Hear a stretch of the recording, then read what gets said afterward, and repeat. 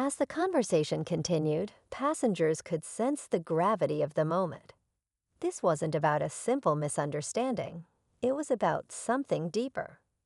Was this a one-off incident, or was it part of a larger, more ingrained problem? The woman's calm but firm presence stood in stark contrast to the pilot's flustered defensiveness. It was clear who was in control of the situation now. And as the flight attendants silently watched, the realization dawned that the power dynamics of the plane had completely shifted. The husband, still calm but resolute, didn't back down. He knew the pilot would have to face consequences, but what those consequences would be remained uncertain. Would the airline take immediate action, or would they protect their pilot? Would the passengers, now growing more vocal in their support of the woman, influence the outcome? The situation was spiraling, and nobody could predict where it would lead. As the standoff continued, everyone on board knew that this wasn't just an isolated incident. The woman's strength had shifted the narrative, and with each passing minute, the pressure on the pilot grew. His regret was already starting to seep through, but it was unclear if it would be enough to undo the damage done. The flight hadn't even taken off yet, and already everything had changed. The cabin had become unbearably quiet. Passengers shifted uncomfortably in their seats, some looking out the windows, others eyeing the confrontation with wide, anxious eyes. The tension was thick, suffocating, as if the entire plane had held its breath. The woman's husband remained steady, his eyes locked on the pilot, who was now visibly sweating, clearly realizing the depth of his error. But even with the ground crew arriving, there was still no clear solution in sight. The flight attendants, trapped in the middle, exchanged nervous glances. They had a job to do, but this was something far beyond the usual pre-flight routine. One of them, a young woman who had been quietly observing the exchange, made the decision to step forward. She couldn't just stand by. "Sir," she said, addressing the pilot with a calm yet firm tone, "you are responsible for the safety of all passengers. But this is more than a matter of safety. It's about respect." Her words rang out, cutting through the tension like a knife. The pilot's face reddened, and his gaze darted from the woman to her husband, then back to the growing crowd of passengers. Some were whispering openly, while others stared at him in disbelief. The situation was rapidly escalating beyond his control. He had thought that his refusal would go unnoticed, an insignificant act of bias. But now, with the attention of the entire plane on him, he realized just how wrong he had been. The woman's grip on her suitcase tightened, but she remained poised, her eyes never leaving the pilot. She wasn't angry, she was resolute. The eyes of every person in that cabin seemed to be glued to her, waiting to see how she would respond next. Her presence, calm but commanding, was like a force of nature, unshaken by the turbulence that surrounded her. Then a voice cut through the room, loud, commanding, but with an air of uncertainty. "We need to resolve this now." The airline's chief flight supervisor, who had been summoned to the scene, stepped onto the plane. His authoritative tone gave a sense of urgency, but even he seemed to realize how delicate the situation was. "What exactly happened here?" he asked, turning to the pilot first. The pilot opened his mouth to speak, but the words stuck. His defense sounded weak, almost rehearsed, as if he were trying to justify something that couldn't be justified. He fumbled through his explanation, but it was clear that the more he spoke, the less convincing he became. The room's energy shifted again. This was no longer just a matter of a disagreement. It had become a moral standoff. Would the airline uphold its own standards of conduct, or would they protect the pilot and let the situation slide? The woman's husband, sensing the moment was critical, took a deep breath and spoke again. His voice, though calm, was filled with an undercurrent of power. "This isn't just about what happened here," he said, addressing the supervisor directly. This is about what happens when we allow people in positions of power to use that power to harm others. You have the chance to make this right now. The pilot opened his mouth to speak, but the words stuck. His defense sounded weak, almost rehearsed, as if he were trying to justify something that couldn't be justified. He fumbled through his explanation, but it was clear that the more he spoke, the less convincing he became. The room's energy shifted again. This was no longer just a matter of a disagreement. It had become a moral standoff. Would the airline uphold its own standards of conduct, or would they protect the pilot and let the situation slide? The woman's husband, sensing the moment was critical, took a deep breath and spoke again. His voice, though calm, was filled with an undercurrent of power.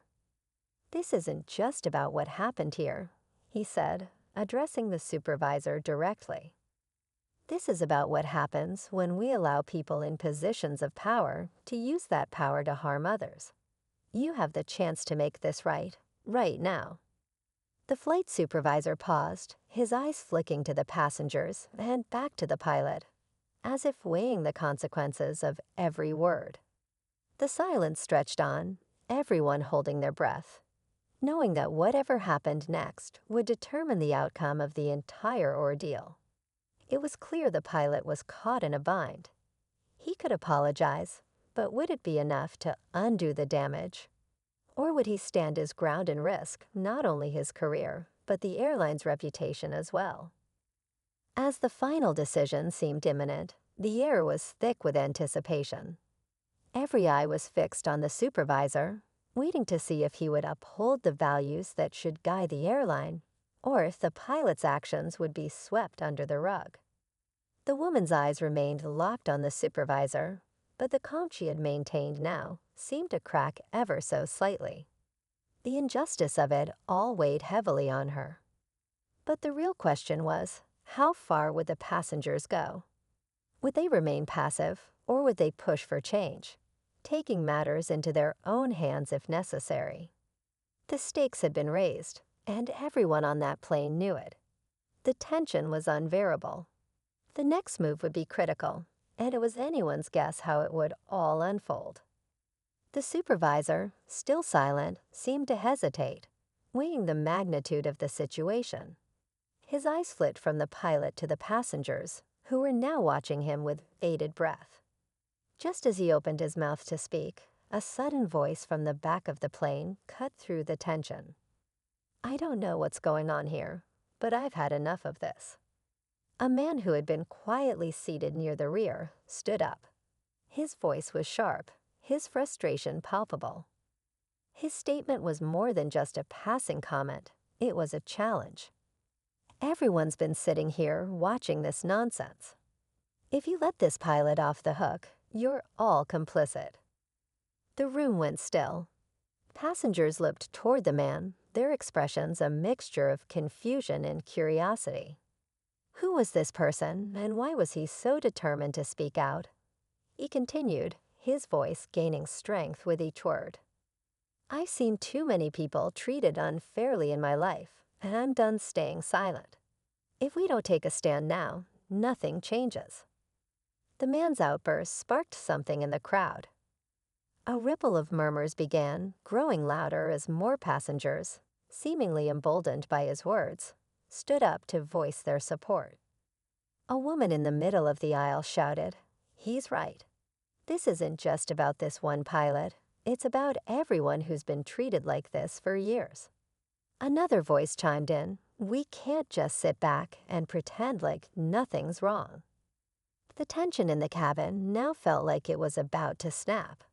What had started as an isolated incident, with the pilot refusing to fly a woman, had now escalated into something much larger. What was initially a fight for individual justice was rapidly transforming into a collective battle for fairness and accountability. The pilot, who had been standing near the cockpit, visibly shifted uncomfortably under the pressure. He realized that he wasn't just facing the woman and her husband anymore. He was facing an entire room of passengers, who in that moment had united against him. His earlier regret seemed to be swallowed up by a deepening sense of panic. This wasn't about an apology anymore. This was about the airline's reputation and whether they could afford to ignore what had just happened. And then, as if on cue, the flight attendant who had spoken earlier stepped up again, her voice firm and unyielding. Enough is enough. If this flight is ever going to take off, it's not just the pilot that needs to answer for what's happened here. It's the airline, too. Her words sent a wave of realization through the crowd. Was the airline truly going to let this incident slide, or would they be forced to take action? Just then, the flight supervisor, who had been silent throughout the growing uproar, turned toward the front of the plane, signaling for the captain to join him. The captain emerged from the cockpit, his face a mask of professionalism, but even he seemed to sense the shifting dynamics. He approached the flight supervisor and spoke quietly, his words barely audible to anyone outside their immediate circle. The passengers strained to hear, their focus unbroken. The flight supervisor nodded in response, but just as it seemed like they were about to reach a resolution, a second, unexpected figure entered the scene. The airline's regional manager, a woman in a sharp business suit, walked briskly down the aisle. She had arrived to handle the situation herself, and the look on her face was one of steely determination. It was clear that she wasn't here to smooth things over. She didn't waste time with pleasantries. "What's going on here?" she asked, her voice commanding attention. Without waiting for an answer, she turned to the pilot, her expression hardening. "You've caused a disruption on my flight, and I will not tolerate it." The pilot, now visibly sweating, opened his mouth to protest, but the manager cut him off. "You've already made your decision, and now you'll face the consequences." As she spoke, the passengers watched in stunned silence, waiting to see what action would be taken. Would the airline finally take a stand against the pilot's blatant prejudice, or would they sweep it under the rug? The stakes were higher than ever. The pilot had no idea what was coming next, and neither did the passengers. The woman's husband, who had been at the center of it all, exchanged a look with his wife. They had no idea how this was going to end, but they knew they had to keep pushing for what was right. The tension reached a boiling point as everyone waited for the regional manager's next move. The room seemed to hold its breath, caught between the promise of justice and the fear of being ignored once again. What would the manager do? Would she side with the passengers and hold the pilot accountable? Or would she protect the airline's interests and let the moment slip by? The story was far from over, and no one knew how it would end. The regional manager, standing at the front of the cabin with her arms crossed, surveyed the room. The weight of the silence was unbearable, but she remained unflinching, her gaze shifting from the passengers to the pilot, who looked like a man on the verge of breaking. Finally, she spoke, her voice calm but unwavering. "You've embarrassed this airline, and you've embarrassed yourself. This kind of behavior will not be tolerated." The passengers exchanged relief looks as they realized that action was finally being taken. The manager turned to the flight supervisor and nodded. Without a word, he moved swiftly to the cockpit and began speaking into the intercom. Moments later, the flight crew filed into the cabin, taking their positions as if nothing had happened. The captain, who had been watching the scene unfold from the doorway, gave a brief, almost imperceptible nod in the direction of the pilot. "Sir, please step off the plane," the regional manager said, her words cutting through the lingering tension. The pilot hesitated for a split second, his eyes darting from the manager to the passengers.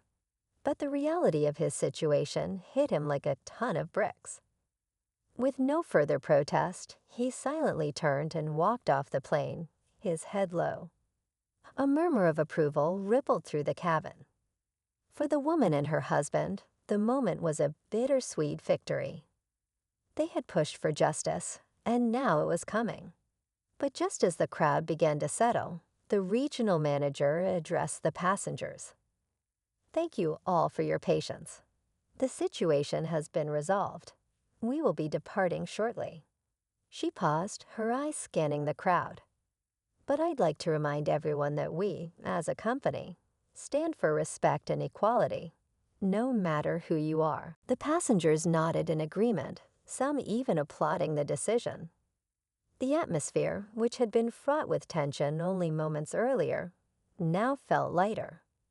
The injustice had been confronted, and accountability had prevailed.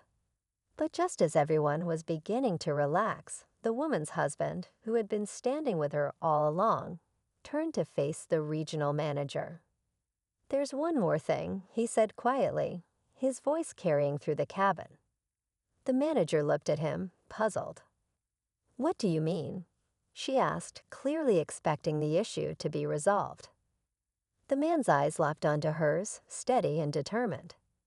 "You've done the right thing here today, but this shouldn't be a one-off. We need to ensure that what happened here doesn't just stay on this plane. We need a public statement. We need this to be a real turning point, not just for this airline, but for the industry as a whole." The regional manager blinked, taken aback by his demand. "We'll handle this internally," she replied quickly, but something about his tone made her pause. The room was still. Everyone was watching. "We're going to make sure this doesn't happen again," she added, her voice softer now, almost apologetic. But the husband shook his head, his expression unwavering. "I don't think that's enough," he said. "You need to do more. You need to show the world that this is a turning point. Otherwise, it's just an isolated incident, and nothing changes." For a moment, it seemed like the conversation might end there. The manager was clearly uncomfortable, but there was something in the air that suggested she knew he was right. The passengers held their breath, waiting for her next move. And then, in a move that stunned everyone, she stepped forward, pulling out her phone. "I'll make the statement public. Right now," she said, catching everyone off guard. She quickly typed a message and hit send. It was brief, but powerful. "Asterisk today, we take a stand against discrimination. What happened on Flight 1135 is unacceptable. We are committed to making lasting changes in how we operate. No one should ever feel unsafe or disrespected aboard our flights. This is just the beginning." Asterisk. The room went quiet as the message spread. The woman and her husband exchanged a glance. They had pushed for real change, and it seemed that just maybe it was happening. But then, just as the tension was beginning to lift, the unexpected twist came. The woman's phone buzzed. It was a news alert. She glanced at it, her heart skipping a beat. Asterisk breaking news. Airline pilot removed after discriminatory incident sparks debate about systemic racism in aviation industry. Asterisk. Her eyes widened as she read further. The story was already being picked up by major outlets. But as she read, a name popped up in the article, a familiar one. The regional manager's name. But it wasn't just the airline she was connected to. The article went on to reveal that the manager had previously been involved in a controversy of her own, an old social media post where she had made an offhand problematic remark. The story had been buried for years, but now, in the wake of the incident, it was resurfacing. The woman's hand trembled as she held up the phone, showing her husband. "This isn't over," she whispered. The manager, who had been smiling confidently just moments before, now seemed suddenly aware of the storm she had just unleashed. The realization hit everyone in the room like a punch. The pilot's actions had been the spark, but the fire was only beginning to spread. The passengers, the airline, and even the regional manager herself were all about to face something much bigger than any of them had anticipated. The real battle for change was just beginning. Inside the coffee shop, The air was thick with relief, as if the entire room had collectively exhaled after the storm of chaos. Karen's dramatic exit was still fresh in everyone's mind, but it quickly faded into the background as the regulars rallied around the barista. They'd seen it all, the tantrums, the unrealistic demands. But this time, they had a chance to make it right. One by one, they dropped their contributions into the tip jar, nodding in agreement that Karen's outburst didn't go unnoticed. For dealing with that, one regular joked, making the barista's eyes widen in gratitude. The barista flashed a smile, trying to hide the lingering tension of the moment. The cheers and laughter filled the room as the coffee shop's usual hum of conversation resumed, but it was clear that the day's events had left a mark. The crowd had witnessed something rare, a small, everyday victory against entitlement. Meanwhile, outside, Karen was still pacing in the parking lot, clutching her phone like a lifeline. She tried to salvage the wreckage of her morning, firing off angry texts or making calls, her frustration mounting. Her day seemed determined to get worse. When she reached her car, Karen's eyes narrowed at the note stuck under her windshield wiper. The words on the paper didn't make sense at first. "Thanks for parking like you own the place. Your Tao is on the house." It read in bold letters. For a split second, she stood frozen, her brain refusing to process the irony of it all. But then the realization hit. The crowd had rallied, and the universe had decided it was time for a dose of karma. As the tow truck backed into the lot, Karen's face turned a bright shade of red. She rushed toward the driver, her voice rising in anger. "What do you think you're doing?" she demanded, her hands flailing. But the tow truck driver, unfazed, simply pointed to the security guard, who was standing nearby watching the scene unfold with an expression of mild amusement. "You parked in a reserved spot," the security guard said calmly. "You'll have to move your car." Karen's jaw clenched, her eyes darting from the guard to the truck driver, but her attempts at bargaining fell flat. There was no escape. Then, just when Karen thought her morning couldn't get any worse, a police officer arrived. He had been called by the same people who had reported her for blocking traffic earlier. The officer approached, his presence only adding to the growing tension. Karen, now desperate, turned to him with a pleading look. "Officer, this is ridiculous. I'm not blocking anyone. This is a mistake." The officer listened to her for a moment, then calmly reached into his pocket and handed her a citation for obstructing traffic. "You were told to move, and you didn't," he said simply. "I'm afraid the fine's the next step." Karen's hands dropped to her sides as she watched her car being lifted off the ground. The weight of the situation finally began to sink in, but her arrogance had already crumbled into something else, an intense, frustrated silence. The once confident woman who had stormed into the coffee shop, demanding the world bend to her will, now stood powerless in the face of simple consequences. Behind her, the crowd that had gathered outside the coffee shop, still amused by the unfolding drama, couldn't help but laugh at the perfect symmetry of it all. Phones were out, capturing the moments that were already destined to go viral. From her tantrum in the shop to the final straw of her car being towed, it was clear that Karen's day had become the stuff of social media legend. As Karen disappeared into the distance, her protests barely audible over the sound of the tow truck's engine, the crowd dispersed, their laughter lingering in the air.